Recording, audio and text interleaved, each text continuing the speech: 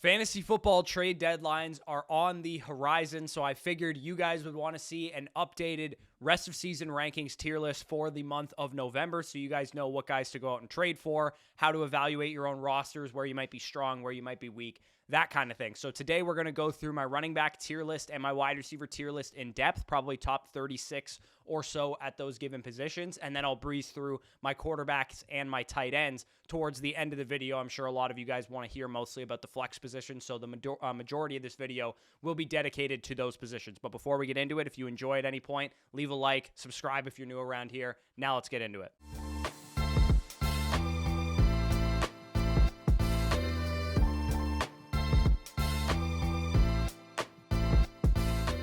All right, so as I mentioned in the intro, I'm going to spend the majority of the time on running backs and wide receivers because I figure a lot of the trade targets and stuff that we're talking about are usually flex positions, and I'm sure a lot of you guys are looking to upgrade at these positions as well. So we're going to kick things off with the elite RB1s. And again, there's no analysis here. You know that Christian McCaffrey, you know that Austin Eckler, and Travis Etienne have all been pretty elite so far this year. And if you're unaware why Etienne is in this tier, he's getting an elite workload comparable to that of Christian McCaffrey and Austin Eckler. So he finds his way into this top tier of guys. The mid RB1s, I think, was the hardest thing to sort through, and this is probably where I'm going to dedicate a lot of time to, because when you talk about like the Jonathan Taylors of the world, all the way down to, the Tony Pollards of the world, these guys all have their merits. They all have their pros and cons. Each guy has something a little bit sketchy that makes you want to not put him in that tier with Christian McCaffrey and company, but they still have very good outlooks for the most part. So with Jonathan Taylor, for example, he is getting an elite workload now. We saw his snap share spike back up to usual Jonathan Taylor levels in the 70% range, but he plays for the Indianapolis Colts. Gardner Minshew's his quarterback. We don't really trust the offense. Same goes for Breece Hall. Breece Hall is getting a really good snap share. He's a really talented player. He's getting all the receiving work that we want him to get, but he plays with Zach Wilson, right? We don't have an elite quarterback, an elite offense to tether ourselves to, and if Breece Hall was playing with Aaron Rodgers right now, he would probably be in that first tier of running backs. Then with Bijan Robinson, hell, where do I start with Arthur Smith? He's getting an elite workload, so Arthur Smith is, let's say, using him correctly from that perspective because he's still getting, 70, 75% of the snaps. He's getting all the routes. He's getting a lot of touches, but the problem is he's not getting a lot of red zone work, and that's something that's impacting Bijan Robinson's value. So that's why he's a little bit lower. If some of that stuff changes, he could move right back up into that elite tier. But for now, I have to downgrade him based on the usage that we've seen from Bijan Robinson so far this season. Josh Jacobs, again, really stable option, I would say, in this tier, and you could maybe make the argument that he belongs higher for that reason, because now that Josh McDaniels is gone, we see that Aiden O'Connell and the offense was functioning pretty well against the Giants. Josh Jacobs finds the end zone 2 times. He scored last week as well. So if you wanted to move Josh Jacobs a little bit higher, I wouldn't blame you, but I still view him in this light because he's still in an offense led by Aiden O'Connell. It's not going to be, let's say, an elite NFL offense, but it could be a better NFL offense than they've been so far this year when Josh McDaniels was there. With Derrick Henry, again, he's got a rookie quarterback, Will Levis, leading the charge, so he actually sees a little bit of an uptick from what we saw with Ryan Tannehill because they're actually kind of moving the ball a little bit more with Will Levis out there as opposed to what we saw with Tannehill. So Derrick Henry is a guy that I think is on the rise a little bit. He's not quite the same player as he was in previous years, but he's still getting an elite workload, and that's why I have him here in the low-end RB1 range. And then we have Tony Pollard at the end of this tier, who honestly would be way, way higher if he was just simply playing better. That's honestly the problem for Tony Pollard. The Dallas Cowboys offense is good enough. Dak Prescott's a good enough quarterback. In theory, Tony Pollard's a talented enough player to be all the way up there with the Christian McCaffreys of the world, all the way up there with ETN at the very least. But the problem is, it looks like the surgery that Tony Pollard had in the offseason is having a real effect on him. And even though he's playing a little bit better as of recently, I have to downgrade him here back-end RB1 area, mid RB1 area, because he's not playing at the level that we've seen from Tony Pollard in years past. It's possible he gets that corrected, and as the season goes along, he gets a little bit better, which is why I still think he's a good buy low candidate and why I still have him as highly ranked as I do, because I think a lot of people would bury him more than this, but I still, I'm a little bit worried about Tony Pollard from that perspective. So into the back-end RB1s, and again, I would say these guys are quite similar to the regular RB1s, so there's not a huge tier discrepancy between these guys and the guys that I just talked about, but they're slightly lower ceiling versions of the guys that I just talked about, the mid RB1s. Although there's not a huge separation between a guy like DeAndre Swift and Bijan Robinson, for example, who are in different tiers aesthetically, but are pretty similar production and outlook-wise. When we have, Swift, Montgomery, Pacheco, some of these guys that are in this tier, they have RB2 workloads, so their workloads aren't RB1 caliber because they play for the Lions, the Eagles, and the Chiefs respectively. It's getting them into that back-end RB1 range because they're scoring a lot. They're in an offense that is going to move the ball at will and is going to be in the red zone a lot, especially in Montgomery and Pacheco's case. They get those goal line touches, not so much for Swift, but he gets the receiving work and he's running behind the best offensive line in the league.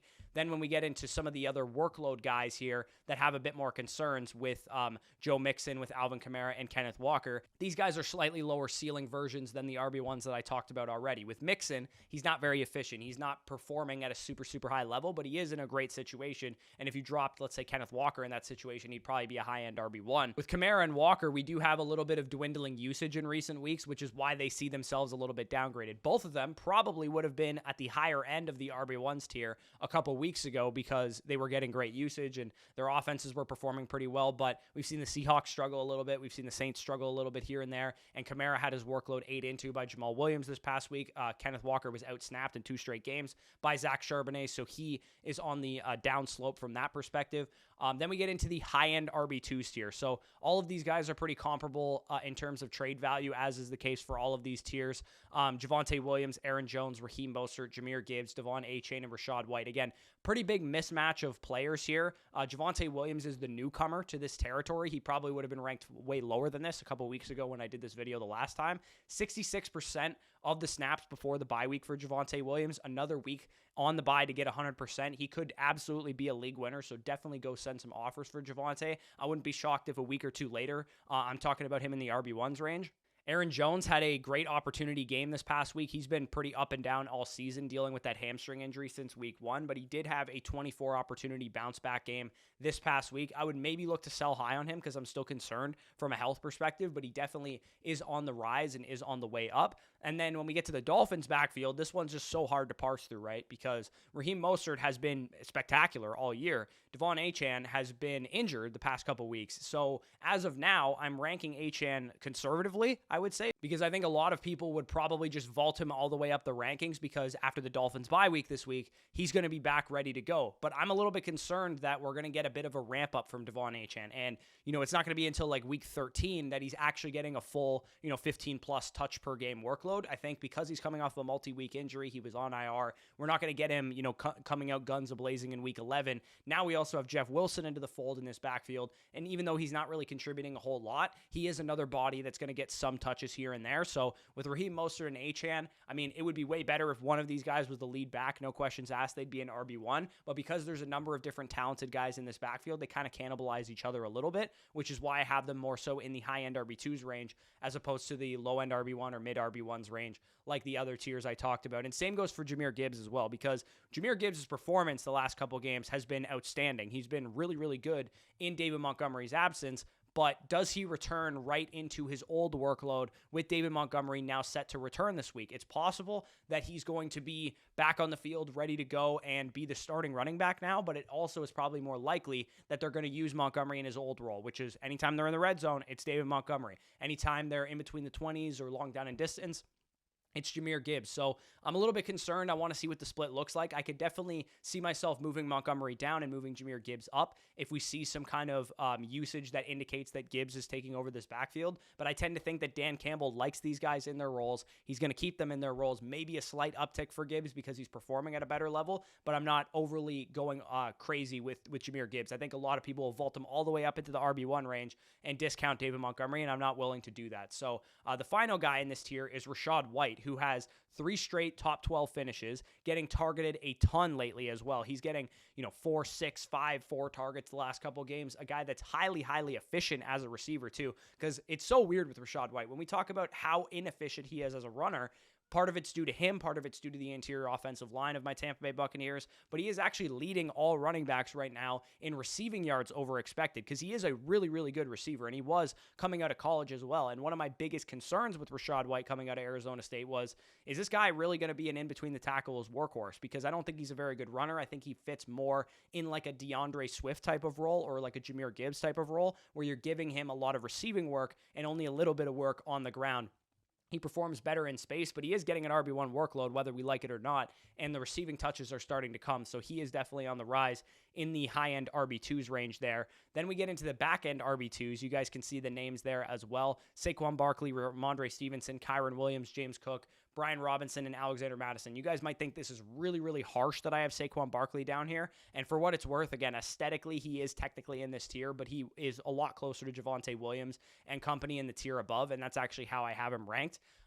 So he's actually like a slight tier ahead of Ramondre and all these other guys. But we do have to really downgrade Saquon Barkley. I don't think people realize how big of a downgrade it is from Daniel Jones or Tyrod Taylor to Tommy DeVito, how they currently have a starting quarterback slated right now. Like, we're talking about a guy that shouldn't even be in the NFL as his starting quarterback, and that's going to affect Saquon Barkley. So, yeah, he's getting like 30 touches a game, but they're so inefficient touches. They're just, carries up the middle, trying to move the offense. No, like the Giants are implied for like 11 points this week against the Dallas Cowboys. This is not an offense or a situation we want any running back to be a part of. And it sucks for Saquon because maybe they could have traded him before the deadline, or maybe you could have found somebody in free agency. I would move him up if they signed a capable veteran. But as I'm recording this, Carson Wentz was just signed to the Los Angeles Rams. So that's definitely another guy off the table that could have at least helped this offense a little bit, because DJ's out for the year. Tyrod sounds like he's going to be out for the year. Are we talking about Tommy DeVito starting for this team for the rest of the season? That is going to severely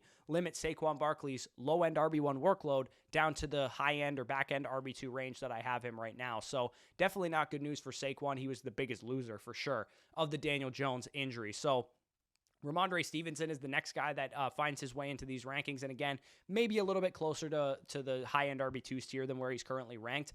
He has 4 straight games over 60% of the snaps, low-end RB2 rest of the season. Not a great offense, but he is performing at a better level than what we saw earlier in the season. And he has a pretty decent schedule down the stretch as well, which did factor in when I was making some of these rankings. Kyren Williams also finds his way into this tier. He is eligible to return in week 12. We don't exactly know what Matthew Stafford's health status is, especially knowing that they signed Carson Wentz. Maybe that's an indication that Stafford is not quite ready to return, and that's why they got a better backup than Brett Rippon, who obviously is not an NFL quarterback. So Carson Wentz coming in, it helps Kyren Williams a little bit if Matthew Stafford's going to be out, but I would feel a lot more comfortable with Kyren Williams if we knew that Matthew Stafford was going to be back on the field. And I'm also, he's first eligible to return in week 12. I'm also not 100% sure that Kyren Williams, like Devon Achane, is going to come right back in and get his entire full workload that we saw earlier on in the season. Not that I think like Darrell Henderson or Royce Freeman or any of these guys are like great running backs that are going to keep him off the field. I just think it's possible that he's coming off a multi-week injury. It might be a ramp up. And if you're like 7-2 or better, if you're 7-2, 8-1, 9-0, something like that, I think Kyren Williams is a good buy low for the fantasy playoff stretch run. But if I had Kyren Williams on like a 4-5 team, I might be looking to sell him, because it probably won't be until like week 13, maybe week 12 at the very best case scenario that you're getting full status Kyren Williams workload. So that's something that I have concerns with there. But if we get Stafford back, if we hear that he's going to be a full go, I would probably move him up a little bit more than this. So James Cook is probably the first guy of the next tier down. So again, Saquon, Ramondre, Kyren Williams, maybe like a mini tier. James Cook, Brian Robinson, Alexander Mattison, probably a slight leg behind those guys. With James Cook, he definitely takes a hit with Leonard Fournette coming in. I think that's an indictment on his ability to be a workhorse back, and he's probably going to be a 50 to 55% committee back the rest of the season. And that puts him in consideration for the RB2 range, because the Buffalo Bills are going to be in the red zone a lot. They score a lot of points. But I'm also concerned about how often they're actually going to use James Cook in high leverage situations, and that's something that we've seen from James Cook so far this season play out. Brian Robinson is just so mid. That's basically why he's here. He gets a decent workload. He's going to score touchdowns here and there, but that's basically it. He's more of like a low-end RB2, high-end RB3, not a whole lot of upside. And then same goes with Alexander Mattison. He's just not that good of a player, but he does see a bump with Cam Akers being out for the season, but I would sell high while you can. And then when it comes to the flex plays, Chuba Hubbard's definitely interesting, taking over the RB1 role there in Carolina, but Miles Sanders is still involved. It's still a bad offense, so he sees a downtick. Jalen Warren, Damian Pierce, Jerome Ford, Gus Edwards, again, they all have their merits. Some of them are good workload guys, some of them are efficient players, et cetera, et cetera. And then James Conner, once he comes back, would probably vault his way back up into the Ramondre range because he was getting a very solid workload, and maybe even higher than that because Kyler Murray is back this week. And you could maybe make the argument that there's really no difference between like James Conner and Rachaad White, who are both solid workload guys. Maybe James Conner is even a better player. So definitely keep that in mind. James Conner are probably a good buy low if you guys are 7-2 or better in your fantasy football league. So like I said, we're going to go in depth with the wide receivers as well. And then I'm just going to breeze through the quarterbacks and tight ends. But before we get into the wide receivers, we do need to hear a word from our sponsors over at Manscaped. And you guys will be hearing that message right now. Gentlemen across the nation, I have an urgent message for you because Manscaped is back and they are sponsoring this video. The brand that took your balls to space is now taking you into the ultra sphere with the Lawnmower 5.0 Ultra, a new cutting edge design, next generation dual skin safe blade heads for different shaves. It's pretty much a rocket ship to the modern body grooming era. Join the 9 million men worldwide who trust Manscaped, including myself, including Danny, by going to manscaped.com using the promo code BUSH for 20% off plus free shipping. That will get you a great deal to take care of your family jewels. Every man knows how scary and how messy it can be to shave using the traditional methods. I'm telling you, get with the times. I am lucky to be one of the few guys selected to try out the Lawnmower 5.0 Ultra, and I can tell you it is a game changer. Their 5th generation trimmer features 2 next-gen interchangeable skin-safe blade heads, a standard trimmer for taking a little off the top, as well as a new foil blade to go for the clean cut look. No more wet shaving, no more shaving cream, no more messes. This bad boy also features dual LED spotlight so you can see what you're doing. It's going to reduce the amount of nicks. It's going to reduce the amount of cuts that you get. We're talking 3 length setting combos for whatever your desired length is, as well as it being waterproof so you can use it in the shower. It has a travel lock, so if you're taking it on the go, you won't get any dirty looks in the airport if it starts going on. This right here is the cutting edge of pubes. Upgrade your ball trimmer and your life will follow. So go to manscaped.com, use the promo code BUSH to get 20% off plus free shipping on the new Lawnmower Ultra 5.0. Your balls have been through enough. It's time to go ultra with Manscaped. All right, so big shout out to Manscaped. Again, promo code BUSH for 20% off plus free shipping on the new Lawnmower 5.0. Now let's get into the wide receiver tier list. You guys can see it on the screen there. The top tier guys, I don't really need to explain why Tyreek Hill, Stephon Diggs, A.J. Brown, and Jamar Chase are top tier guys. Maybe Chase. I mean, Chase is still a little bit more of a projection because he hasn't been mostly really consistent this year. But I do think with Burrow playing at the level he's playing at, that Chase will be elite down the stretch. Hill, Diggs, Brown, these guys have been elite options all season. Then we get into the solid wide receiver ones tier. Guys like Amon-Ra St. Brown, who's been really good all year. CeeDee Lamb, who's really turned it on these last couple of weeks. Justin Jefferson, who is now eligible to come off of IR. Doesn't sound like that'll be this week, but it probably will be, I would say, next week. He's going to be dealing with Josh Dobbs instead of Kirk Cousins, which hurts his case right now, but he definitely is a guy that could find his way back into that elite wide receiver ones tier, no problem. And then Cooper Kupp, again, a little bit nervous about the Matthew Stafford situation. Brandon Ayuk and Devontae Adams, all very good options as well. I would say, again, aesthetically, it makes sense to have all these guys in the same tier, but this tier realistically probably ends at Cooper Kupp. Brandon Ayuk, Devontae Adams, and Keenan Allen from the next tier are probably more so in their own mini tier behind these other guys that I'm talking about here. So again, dynamic wise, that factors into trades. Like I probably would not trade, Amon-Ra St. Brown for Brandon Ayuk straight up. They're probably a slight tier of difference there. So if you're trying to get Amon-Ra St. Brown using Brandon Ayuk or Devontae Adams, you might have to add in a small piece to get that done. So the low-end wide receiver ones, high-end wide receiver twos, again, Keenan Allen probably actually slightly above this tier in the solid wide receiver ones tier. Just looked a little bit wonky aesthetically if I put him there. Garrett Wilson, Puka Nacua, T. Higgins, Devontae Smith, and Chris Olave, they're all great talents. They're all commanding really good target shares. Just one thing is kind of missing to put them into that next tier above. Maybe it's their quarterback play in the case of Garrett Wilson, in the case of Puka Nacua for the time being without Matthew Stafford, in the case of Chris Olave, Derek Carr's been kind of up and down, or it's maybe their offensive target competition. With Devontae Smith, I mean, he sees an upgrade now that Dallas Goedert is out, but he still has to deal with A.J. Brown. T. Higgins, of course, has to deal with Jamar Chase.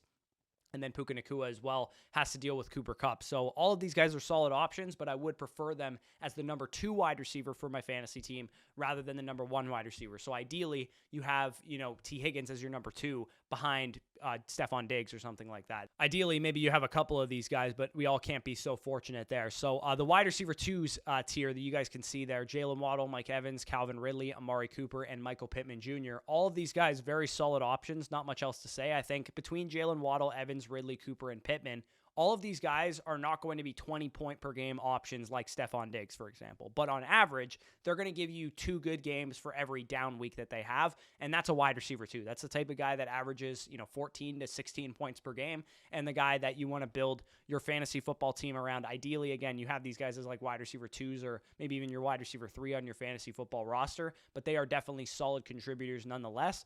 Then we get into the low-end wide receiver 2s and high-end wide receiver 3s. And I'm going to make the disclaimer now that the guys that I have here could very easily be in 2 tiers below because it's all about what you value. With Christian Kirk, Nico Collins, Drake London, Marquise Brown, Adam Thielen, and Deontay Johnson, the guys that I have ranked in this tier, I do like their outlook slightly better than the guys below them. But there's not a whole lot of difference between these guys who fill out the back-end wide receiver 1 or 2, high-end wide receiver 3 range, and the guys that I have all the way down at wide receiver like 36, because there's not a whole lot of separation.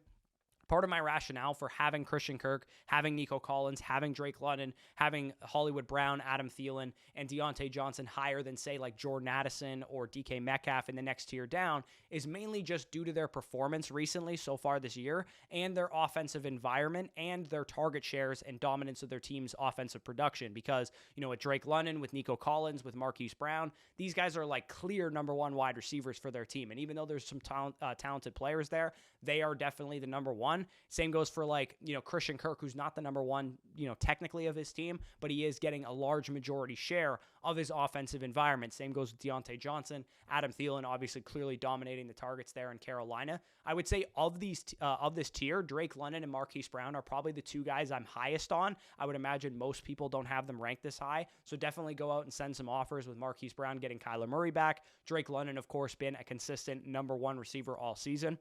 Pretty much the only guy that Arthur Smith hasn't ruined yet. And with Taylor Heineke coming in, we haven't actually seen those 2 guys on the field. With Taylor Heineke coming in, I think Drake London was sorely missed last week, and he probably helps them win that game. So Drake London, definitely a guy that I'm definitely sending some offers for if you can. Then we get into the wide receiver 3s tier, and again, I guess I have to defend myself on why these guys aren't higher, because some of them are still number 1s for their team. DJ Moore, DeAndre Hopkins, DK Metcalf, technically a number 1 receiver for his team. I guess with these guys, I would just say that they're slightly worse projections. With DJ Moore and DeAndre Hopkins, they're probably in that same tier as the clear number 1s like Marquise Brown and Drake London and those guys. With Addison, with Debo, with DK Metcalf, and with George Pickens, those guys are all kind of just a lot of target competition in their offenses. And some of that is also performance-based. With Debo Samuel and DK Metcalf specifically, they just haven't performed to the level that you drafted them as. Both of those guys were like 3rd-round picks. And not only are they not performing to that level, in some cases, their counterparts in their offenses are outperforming them, right? Brandon Ayuk has been much better than Debo Samuel all year. On any given week, Tyler Lockett and JSN are also eating in to DK Metcalf. With George Pickens, we've seen since Deontay Johnson has been back, he's been the number 1 receiver here. And then with Jordan Addison, Justin Jefferson's going to be back soon. And he has Josh Dobbs as his quarterback. So he definitely sees a bit of a downgrade there. But again, overall, these guys are good options. I'm just not overly excited about them as anything more than wide receiver 3s and flex plays. Speaking of flex plays, you see there Jacoby Myers, Zay Flowers, Terry McLaurin, Tank Dell, and Jahan Dotson. Again, just slightly worse than the other guys around them. Jacoby Myers dealing with Aiden O'Connell, has a lot of target competition. Zay Flowers has been relatively inconsistent from a passing game standpoint. Terry McLaurin and Jahan Dotson play with Sam Howell, so there's some up and down play there, but they are in a really pass-heavy offense, and we're seeing now that the targets are starting to come, especially for Jahan Dotson, who's on the rise here. And then with Tank Dell, he's having great games, but he's also been really, really inconsistent. He's had either a monster performance or a completely dog shit performance. And in my opinion, Nico Collins is still the number 1 receiver there, so he's going to be a little bit up and down, but he's a really good flex option for that reason because he can give you those high-level performances. And I also have a tier at the end here. Basically, I covered my top 36 wide receivers in that range, but I will say these guys didn't make the cut, but they're just outside that range. And again, there's not a huge separation between Chris Godwin, Cortland Sutton, Christian Watson, Josh Downs, Gabe Davis, and Tyler Lockett. All these guys just missed the cut of my top 36 wide receivers, but they're still relatively in the same range of those guys. So I called this tier Quit Yelling. They're right here because I know somebody inevitably is going to comment, where's Chris Godwin or where's Cortland Sutton or where's Josh Downs? They're right here. They just missed the cut. They're also fine options for your flex as well. So those are my running back tier list and my wide receiver tier list. Again, I'm just going to skim through quarterbacks and tight ends because I don't think anybody really needs to hear me talk about them for 10 to 12 minutes like I just talked about running backs and wide receivers. You guys can see the quarterback tier list on the screen. Again, I'm pretty sure everybody knows the elite quarterback ones, Josh Allen, Jalen Hurts. Again, maybe there's a mini tier there behind those two guys with Patrick Mahomes in his own tier, but for simplicity's sake, I just put Patrick Mahomes in the top tier with those guys. Then you have, every week quarterback ones, Lamar Jackson, Justin Herbert, Joe Burrow, Tua Tagovailoa. Again, you can maybe make the argument that Lamar Jackson belongs in that first tier. I don't think that's an outrageous take whatsoever. Justin Herbert and Joe Burrow, just high leverage passing quarterbacks. They're going to be throwing the ball a lot. A little bit of inconsistencies here and there, but I trust them the rest of the season as every week starters. And then Tua Tagovailoa, same thing. A little bit down performances in recent weeks, but he has the high ceiling that you're looking for on any given week. Then we have the low-end quarterback ones here. Dak Prescott, CJ Stroud, Kyler Murray, Justin Fields, and Sam Howell. Each of these guys bring something different to the table. Of course, with Dak, he's been performing at a really high level recently, throwing the ball all over the yard. CJ Stroud doing the same thing. Kyler Murray, now that he's back, should be running a little bit less because he's coming off an ACL tear, but I still think he'll provide something with his legs. Same goes for Justin Fields. Both of those two guys, Kyler and Justin Fields specifically, could easily find their way into the tier above with the every week quarterback ones, assuming they're back to normal and they're back healthy. Sam Howell's just throwing the ball so much that he actually has performed as like a mid quarterback one this year. I think he's the quarterback 6 in fantasy points per game. So he definitely sees like low end quarterback one consideration for the rest of the year. And then when it comes to like the streamers, again, any one of these guys can be a good option in a good matchup. So if you're streaming the quarterback position, I would make sure to have maybe one or two of these guys on your roster to play the matchups with. Brock Purdy performed poorly the last couple of weeks, but I think he'll get back on track now that he's healthy. Same goes for Trevor Lawrence. He's not really been that good this year, but hopefully he gets back on track. Jared Goff, he's been pretty solid this year, so he's a good option. Deshaun Watson played really well the last 2 games, and Russell Wilson also throwing the ball quite a bit as well, so he's a good option there also. And then if you guys have any quarterback that I didn't mention as your starting quarterback right now, say a Matthew Stafford or a Will Levis or Josh Dobbs or Geno Smith or Baker Mayfield or Jordan Love or something like that, you need a better option. Go out and trade for one. Get one of these guys at least in the low-end quarterback ones tier if you can. If not, an every week quarterback one.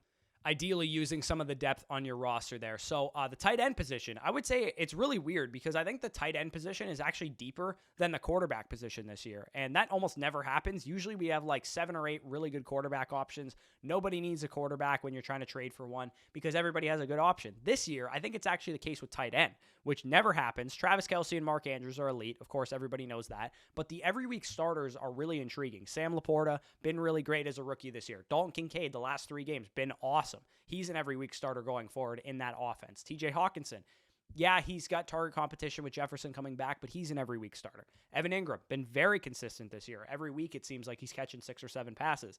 Then we have the guys that are not quite every week starters because they're a little bit more inconsistent, but they give you those spike weeks that you're looking for, and that's here. George Kittle, Taysom Hill, and Dalton Schultz. All of those guys in pretty pass-heavy offenses can score a lot of touchdowns. With Taysom Hill, he's just a do-it-all weapon, so he can throw touchdowns, he can run touchdowns, he can catch touchdowns. We know what he can do, so he finds his way into this like back-end tight end 1 spike week merchants tier. And I still think like if you have George Kittle or Taysom Hill as your or Dalton Schultz as your tight end for the rest of the year, those are fine options. You're probably good at that position. And then even these guys too, like upside options like Jake Ferguson, Cole Kmet, Trey McBride, and Kyle Pitts. Yeah, they're not quite every week locked and loaded tight end 1s, but like every 2 to 4 games, you're going to get a really good performance out of these guys, especially with Cole Kmet and Jake Ferguson this past week. Trey McBride and Kyle Pitts getting good target shares now.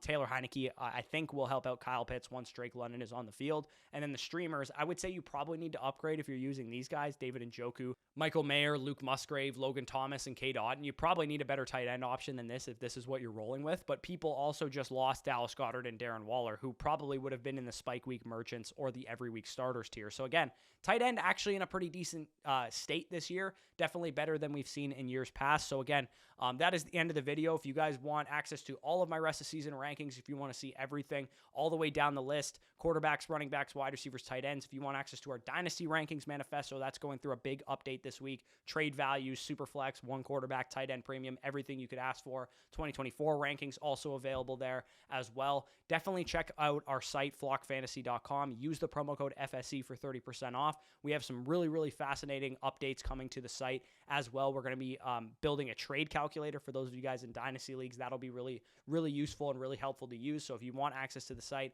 use promo code FSE for 30% off. 6 months for free if you sign up annually. And trust me, you're going to want to do that because the site that you see now is pretty bare bones relative to the expectations and the plans that we have going forward. The site that you get now for 6 months for free is going to be way, way more enhanced a year from now when it comes to update your subscription again. So definitely check that out if you're interested. If you sign up annually, you'll get a free Zoom consultation with myself or with Danny to talk Dynasty, redraft, whatever you want to talk about, as well as first dibs to Dynasty Decisions episodes. We'll probably be running one of those on Saturday. So if you guys are already site members, definitely submit an updated version to our Dynasty Decision submission form down below in the description. But with that being said, peace out, and we'll talk to you soon.